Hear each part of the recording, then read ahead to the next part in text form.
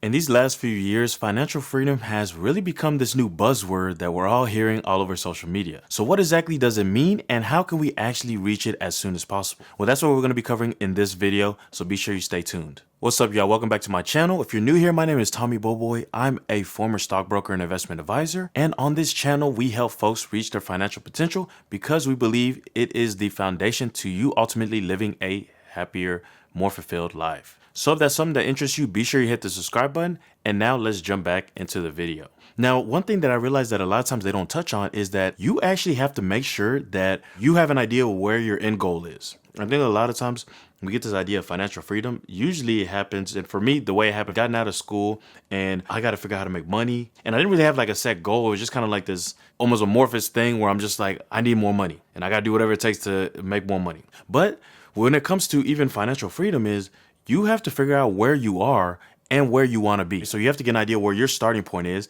and where your end goal is in terms of the goalpost is, as I like to say. Because once you actually know that, it makes the whole process a lot easier because you have a goal that you're not chasing. You have a vision of where you're trying to go that's actually more concrete example of what you're trying to reach. Instead of you saying like, I'm just trying to make money. Well, technically making money is I can do Uber on the weekends to supplement my income. That's technically making money. But if your goal is to make $1 million, you just adding a little bit of Uber on the side to your current income might not be enough for you to be able to reach those goals. Once you do that, then you want to start looking at your decreasing expenses or increasing income, so on and so forth. And after that, once you start to be able to get your finances back on track, that's whenever then you can be able to find a way to increase your income, whether it's through side income or maybe even increasing your income in your actual W-2 job, things like that. So to start, what I recommend you do is first you want to look at implementing something called the 50-30-20 rule. So what is the 50-20-30 rule? This is going to be a rule that is a budgeting technique that's used, and it involves dividing your money into these three categories. The first is going to be 50% and it's going to be your needs. So this is things like what you're paying for housing, what you're paying for utilities, what you're paying for groceries, transportation, things like that, right? Things that you need these to be able to survive and really thrive. And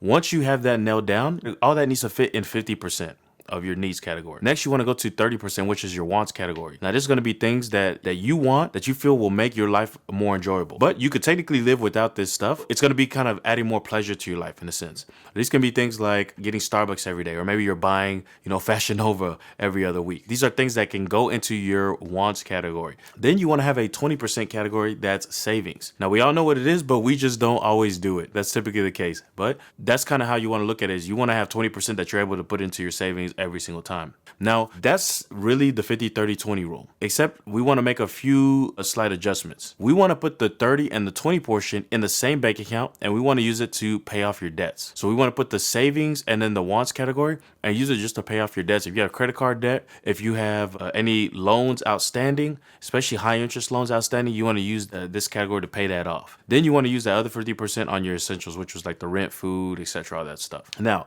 what this is going to do is it's going to force you to start having to cut down on your expenses. That way you can make sure that you're real dialed in. If you see that too much of my income is going to, I don't know, I'm going out to the club every weekend and I'm blowing hundreds of dollars and it's eating into my budget, then like I have to dial that down. That way I have enough money to be able to pay off my debts, to be able to pay down my rent, stuff like that. So that's going to force you to cut down on your expenses and also going to have you look at maybe increasing your income. You might look at it and say, hey, I'm doing everything I can. I'm using all my money efficiently, but I'm still don't have enough money yet. And so in that case, what you want to do is you want to look to increase your income. What can you do? And so it's really you tackling those both sides. Is food cost too high? Then maybe you need to start cooking at home instead of eating out less. Is your housing cost too high?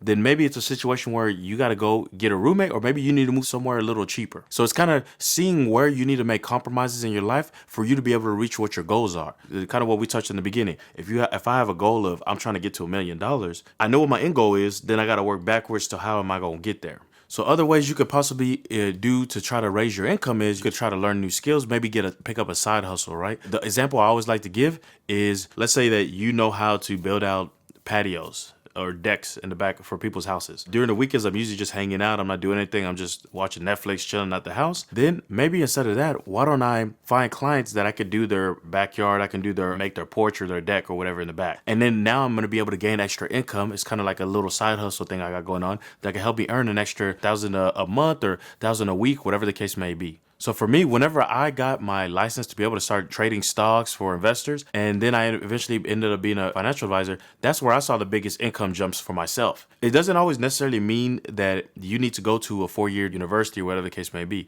It might just be that for your current income right now, you're working at more entry-level job. Like for example, maybe you work at a restaurant and you're working, they're getting paid close to minimum wage or minimum wage. Or maybe you work like I did early in my career. I was working in a warehouse and the pay was a lot lower. Well, in that case, I might be able to go to school and get a 4-year degree, for example. Maybe instead of doing a 4-year degree, I can go into a certain trade, or maybe there's a certificate, or there's a like cybersecurity certificates, things like that. A lot of people are talking about online that I know who are in IT space, and they kind of tell me about it. It's like once you get these like certifications, then it's a lot easier. More doors open up for you. So it's not always the case that you need to jump and go into a 4-year degree, or you need to go to school. It might be that you can do something like more of an academy or something that's a little more short term. It just depends what goals you see for yourself. Of course, if you want to do something like you want to be a doctor, you want to be a lawyer, then of course you definitely should go to school, or even engineer, things like that. But there might be some fields where you don't need to. Right? If I'm saying, hey, I want to be an electrician, does it make sense for me to go get a 4-year degree? It might not. Maybe it's better for me to just go straight and get into the trade by doing an apprenticeship or whatever other opportunities are out there based off the field. I'm not an expert in electricians, but you get the idea. There's all types of trade schools out there. The tech boot camps, there's stuff for carpentry, there's even transportation. For example, there's truck drivers out there making over 100K. So focus on decreasing your expenses as low as possible, increasing your income as quickly as possible. It's going to involve a period of tough time while you're actually trying to learn these new skills. But you're going to see before you know it, you're going to be coming out the other side of the struggle, and you're going to be very appreciative of the struggle that you went through. That's kind of the situation I had. I mean, granted, at the time I had been working as a financial advisor and everything like that, and a stockbroker. But once I quit my job, I was kind of grinding it out myself, trying to sort things out. And then, of course, you're going to have moments where you feel like giving up. You feel like, hey, you know what? Maybe I should just go back to what I was doing before. But then as you keep pushing, you're eventually going to get to the end of the tunnel. And that's when you're going to realize and be happy with the success that you have. So that's pretty much the gist of it, guys. I hope that gave you a good breakdown of what you should be doing whenever it comes to financial freedom and how to actually go about planning it. If you want me to shoot anything a little more detailed or whatever the case may be, let me know. But be sure you hit the subscribe button, and also check out my flying in first class video that I shot and how I actually go ahead and manage to do it for free, or for cheap, excuse me, but pretty much free, right? I've done it sometimes and only paid, for example, $5 for a business class flight to go literally internationally. Definitely check out my video. I'm going to link to it down below, and then you can go to watch that video to get an idea how I go about doing that process. Anyways, I appreciate you guys watching, and I'll see you at the next one. Peace.